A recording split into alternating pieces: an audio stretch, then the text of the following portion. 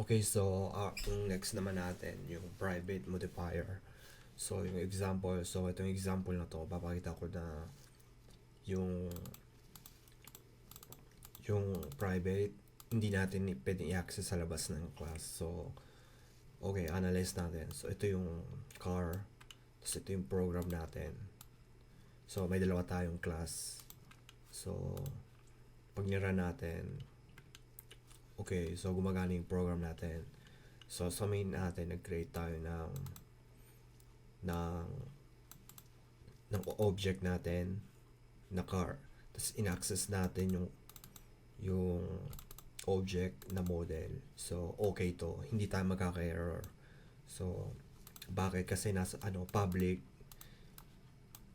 So, may public tayong class. So, yung public nating class, tapos, yung private natin, di ba ito, nag-create tayo ng instance. Yung instance natin, kasi nasa loob tayo ng class natin, kaya pwede natin ma-access yung natin, private variable. So, ayun yung isang, sabihin ng private, pwede mo i-access yung variable sa loob lang ng class. So, sa mo dineclare. So, tapos, di ba public siya, pwede natin tawagin to sa ibang class. So, ibang class to, di ba? So, tatawagin natin yung itong next na itong object na to. So, tatawagin natin yung model. So, ano mangyayari kapag tinawag natin yung model?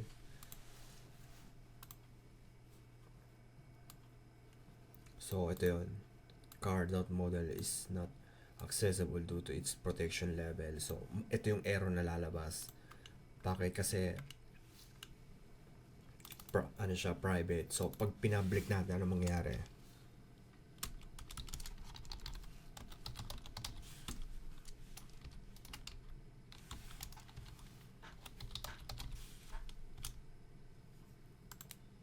Okay, so walang error.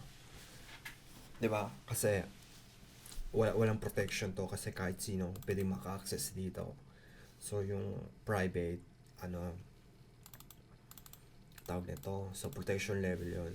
So private siya, hindi natin ma-access kasi private siya. So ayun, so protection, may protection yung variable natin sa hindi natin siya pwedeng, kahit mag-create tayo ng instance, hindi tayo pwedeng i-access yun. So, ayun yung private.